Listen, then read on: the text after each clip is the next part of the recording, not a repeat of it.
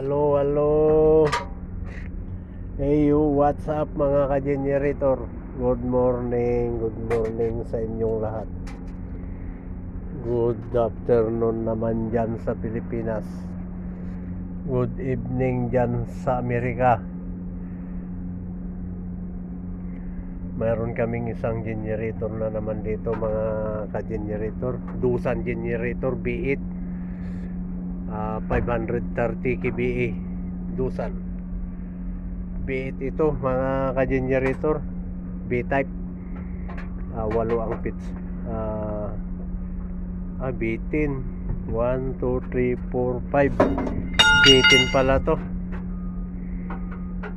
Kabilaan 5-5. Ang kusis nito mga ka-generator, yung diesel humalo sa langis. Ayan o, dumami ang langis niya o. Kaya ito ang tutubuilin namin ngayon.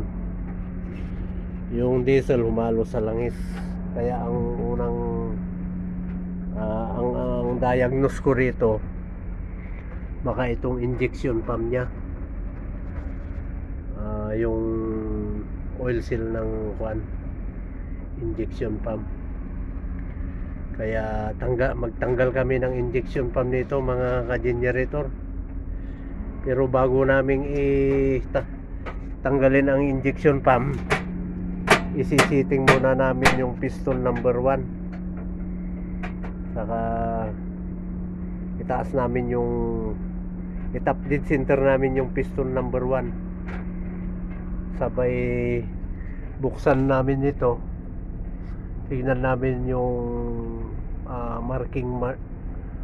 timing mark ng flywheel kung may tugma. Tapos dito may timing mark din dito for injection pump dito. Dito itong malaki na to, bubuksan namin to. Yan, kasi para makita namin kung naka-timing din yung injection pump. Ayan, Dusan B8 to. Ay, B10 mga ka-generator.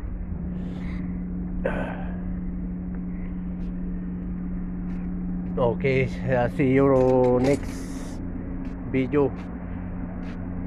May second part nito mga ka-generator, kaya i-post ko na lang na naman ulit.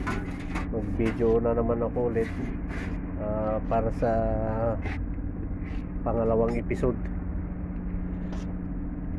Okay, bye bye. See you next video again mga ka-generator. God bless you all.